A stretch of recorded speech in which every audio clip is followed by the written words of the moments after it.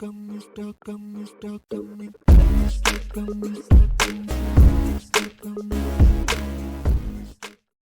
everyone, so we're here today with world-famous music producer Donnie Klang and up-and-coming music artist based out of Long Island, New York, Madi Lorelei. Oh, yeah. And we are talking about a couple of things on how they make music together. So the first set of questions is to Madi. Madi, for those who are just meeting you, how would you describe your sound and like your artistic vibe? Like, how would you sum it up? I would say the music I make varies, but I make a lot of club-sounding music, very party music, and just any 2000s genre from 2000 and 2012. Got it. And then those songs definitely work. So what drew you exactly to the early 2000s? You know, because I see you have a 2000s fashion, a 2000s vibe. Like, what drew you to that, even though you weren't born yet? I'm very curious about that, too. Honestly, my music taste, specifically like Tokyo Hotel and Britney Spears, those two really got me hooked. Do you remember how old you were when you first discovered them? 12. I think I was 12, yeah. So you've been developing it for a long time? Oh, yes.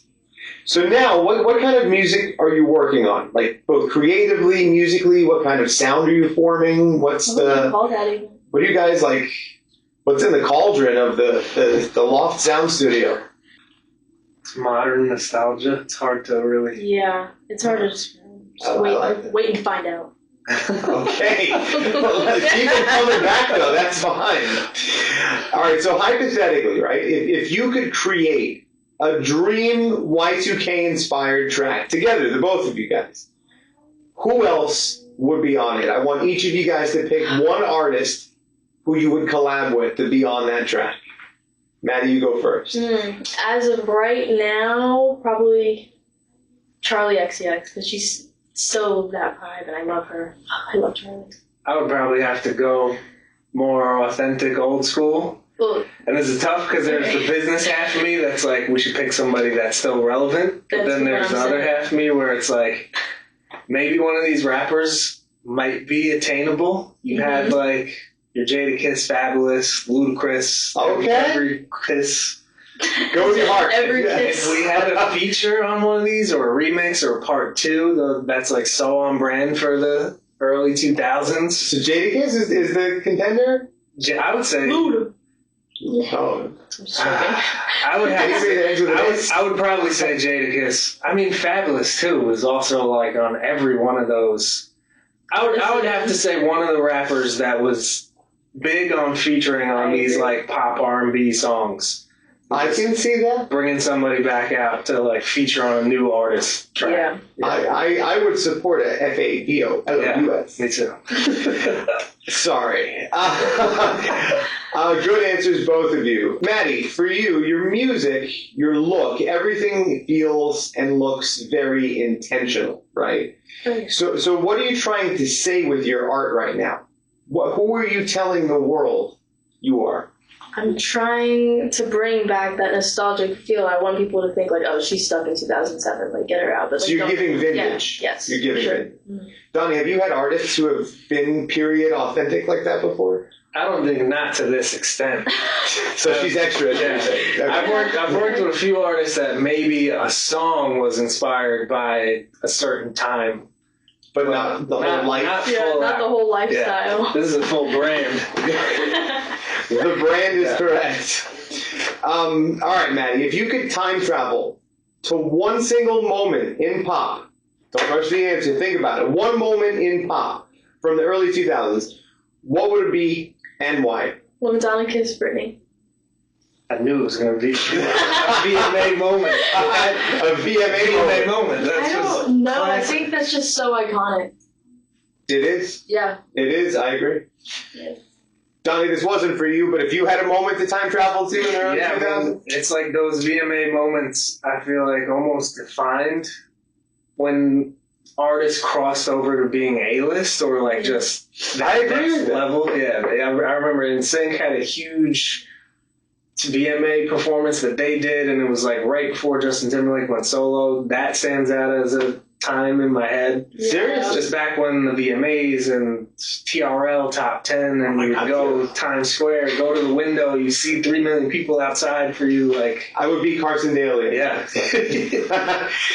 So for both of you, you've been doing this for a long time, right? You guys have had hours in the studio collaborating. Yes. What is something surprising that you learned from each other, either musically or personally? I mean, you've it's a job, but what was the oh my goodness moment for each of you?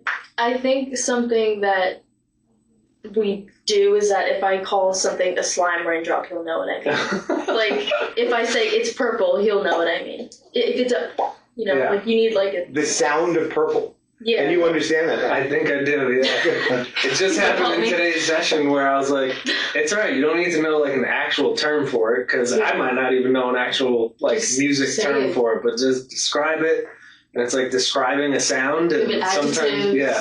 She says it in colors. She speaks in colors sometimes. And I'm like, I know. I can see. I speak in colors. It's like the Matrix. Yeah. We just like have this code going, and we just know what it's going on. No one would get it, really. It just kind of happens. I guess music is a language, huh? I guess it is. Maddie, specifically about Donnie, what is something that you've learned from him that changed the way that you think about music? Like, I'm sure that you've obviously heard music your whole life, but something that Donnie brought out to you that said, oh, that's why. That you can create, like, anything. Like, sometimes I'd be like, oh, he probably doesn't know what I mean, or, like, you can't create that because it's just, like, sitting in your head. But, like, I could literally say something so stupid, and then it's, like, telekinesis, and then it just happens. I don't know. Fair enough. That, like purple slime drops? Is that what it was? Yeah. Just making sure. And was there one particular moment out of all the sessions that you had that was like a breakthrough moment where you were like, yes, like the tipping point where you said, this is going to work, or he got it, or was there one particular note in the song or a sound that he made, or just the whole cohesiveness of how he understands your purple raindrops? Yeah, sure. I feel like it happens not just once. I feel like it happens often, and I feel like I'm sitting there and just that's exactly what I meant. I don't know. There's not a specific moment. It just happens all the time. He gets it. He is gets what it. You're saying. Got it. He gets it. All right, and for Donnie, so Donnie, you've obviously lived in the early 2000s. So what does it feel like? And I hate saying that it's vintage because it's not really vintage for me. I'm still there like you are, I'm sure. But what does it feel to see artists come back, like Maddie, to be a vintage new artist? Yeah. Seeing it the first time firsthand yourself. First things first, it makes me feel old. I'm like, that's considered vintage now? That wasn't even actually old. The 90s was maybe there was moments that feel old. Not just a couple moments, not all of it. But yeah, it's very cool, and it's also not surprising because I feel like there was just like such big cultural, pop culture, especially like moments that happened that I feel like stopped happening. So I feel like it was just a matter of time before like kids your age started to gravitate back towards it, because I think it's bigger than just the music and like the culture. It was right before phones, but we had phones, but we weren't flip phones. We weren't trapped to them. Yeah. We wanted to talk to people. We still had to go back to our computer. True. Yeah. So I think there's something deeper than just that time that is pulling people back to it. Yeah, it's like an anti-media era, but in a media era. Yes. If that makes any sense. Yep. So when you first met Maddie, what stood out for you, or like when you first heard her music or saw her, did you see something that made you click and say, I can mold that clay into something? Was there a moment like that? Yeah, I mean, I first met Maddie like I want to say pre-pandemic, right before, was it? I forget if it was before or after. Yeah, that long? I Really? think it was like right before. Yeah, I think it was right before, and she was coming in here. We only briefly worked together back then. She was still young. Yeah, She was working doing with just like covers. Tracy, vocal coaching, doing covers. She didn't necessarily have her own identity. And then it was like, fast forward 4 years, and she shot up in height. You just felt this like artist presence about you when you would come in. It felt different when you were walking in here. Like, there's been a couple people that I've personally met that are famous that they just give you this aura when they come in, and I feel like all of a sudden you had that. And then, like, you locked into what you knew your brand and your sound and your, like, design of this whole entire thing. Oh, yeah. So it just felt right. You saw the roadmap? Yeah, I saw it.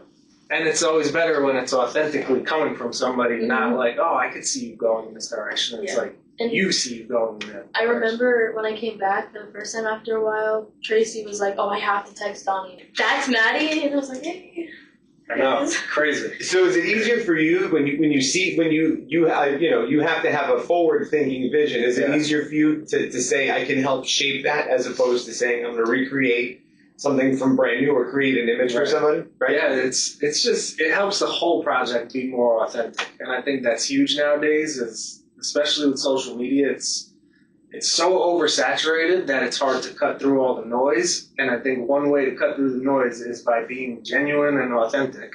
Authenticity has to play a large part in what you do, totally. Right? Because there's a lot of fake images out here. So if somebody's real, it's easier to... I've like grown through social media because I was here obviously before it. We opened our studio with it and we've just like evolved with it. So I've seen there was a short period of time where you almost needed to be like nichey or almost microwavable. It wasn't so like, microwavable. Yeah, just like quick. That's a great term. Just quick. It was like I don't know how else to describe it. And people were getting signed that way from one viral post or "Catch Me Outside, Girl." How about that? Like these people are getting signed off of viral moments rather than like talent or an album or a sound.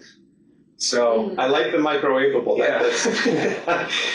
We've heard the good, we've seen the remakes. What is something from the early 2000s music industry that you don't miss at all? Like, what is something that you're real happy to leave behind? You're smirking already. That's a hard question. I was coached very well back then. You don't have to name names. Too well, without naming names, if anybody knows me or just does a little research, there's a name that's attached to when I was doing this. That I don't want to say it now because I'd rather let the whole situation play out. Yes. You don't miss the drama. You want to leave it at that? There's drama. There's always going to be snakes and sharks in the business, and I think that's right now. We've been in this creative mode. Once Maddie starts to put music out, I think I'm going to flip into more of like a big brother manager type of mode where I'll probably start giving you more tips and advice and things to look out for and just the crazy side of the business, because there's a crazy side of that. There's a lot of sharks. People are going to be coming out of the woodwork, especially if one of these songs blows up or you get that viral moment or something happens for you. There's going to be sharks. But these are wins, not ifs. I meant to say wins. Yeah. I'm just making sure. 3 months when you start getting those DMs and phone calls. Hey. To both of you guys, whoever wants to go first, the first time you guys hit the studio together in a professional aspect, what did you know the vibe was? Like Donnie, just an example. I'm sure when you meet somebody new for the first time and you come in there, there's always an awkward moment where you don't know if you guys are going to click or if you don't know it's going to work. And Maddie, to somebody coming in for the first time, singing in front of somebody, it's got to feel a little weird. What was the moment in the process where you guys both said... I feel like it wasn't ever awkward. I don't think I've had one awkward moment in here. But I feel like it's always just been so authentic, and I feel like I can't really even remember our very first one. I think even just in a short amount of time, we almost locked into what the sound was. And when we first came in, we were doing, technically it was a cover song. That was That's My Name song. Yeah. So it's technically a cover, even though we were making it our own.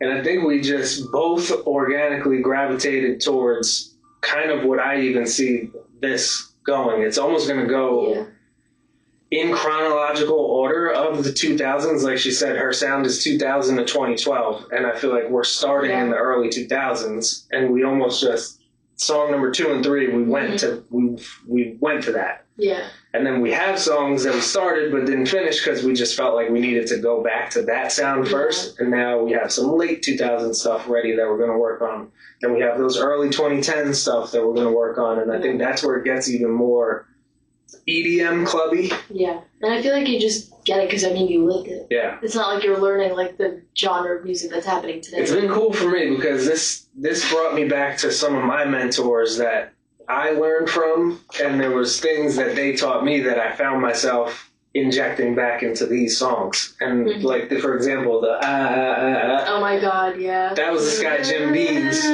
This guy Jim Beans. And the absolute man, this guy was like literally a vocal producer. That's his job. And Jim Beans did all of, I want to say probably Britney Spears stuff from 05, 06 to the early 2010s. And it's his voice in the background of a lot of her songs. And that's the guy I worked with on my stuff back in 2008. And this guy taught me so much about vocal sound design that you don't necessarily just go in and sing a harmony. So cool. It's like you lay down something that's just nobody would know how to recreate it because you're doing something so weird, but that's cool. A perfect example. That'll make sense when we hear the song, sure, right? Because right now you guys are just out of that. Yeah. Well, that's cool though. That's not what I was expecting. Is the answer. And Maddie, what are you listening to right now that's inspiring you? Is there any like a new artist that makes you want to create your vintage sound, or are you just listening to vintage artists that make you want to create your sound? I mostly authentically listen to only like vintage artists, but I mean, I guess the closest person I feel like that has my kind of vibe, but not really, but I guess Charlie XCX, I mentioned it again, but she reminds me of that Club 2000s vibe, but mostly every authentic artist from the 2000s is what I'm listening to. So we'll tag Charlie XCX when we post this, just to be sure.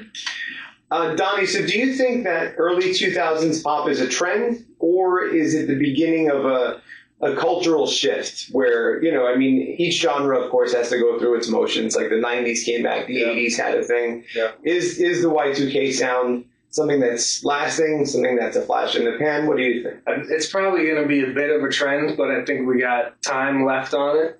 However, like we said before, going chronologically, I think it's important for us to get these earlier 2000 songs out first, but then be ahead and have some late 2000s, early 2010s ready to go in the bank, because I think just the whole industry in general is starting to shift towards that sound and that vibe. Awesome. Tate McRae's doing it a little bit. Yes, she's probably a little bit more of like the urban-y sound, I guess, and she does more crazy choreography. Especially like the intro of Sports Car. Yeah, it's very... the Charlie XCX is a little bit more of the pop sound. Yeah. So everyone's going at it. We see it in all aspects of culture. In fashion, it's in music, it's in movies even, Yeah. I mean, I have to say, from the, I'm a child of the 80s, and the 80s is 40 years going strong as vintage, so I think I mean, I'm not just saying that because it's the 80s, but I think it's here to stay. Yeah. One sentence from each of you to sum up the first impressions of each other.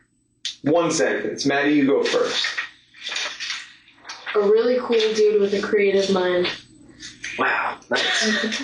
Donnie? I'm going to put that as my, your bio.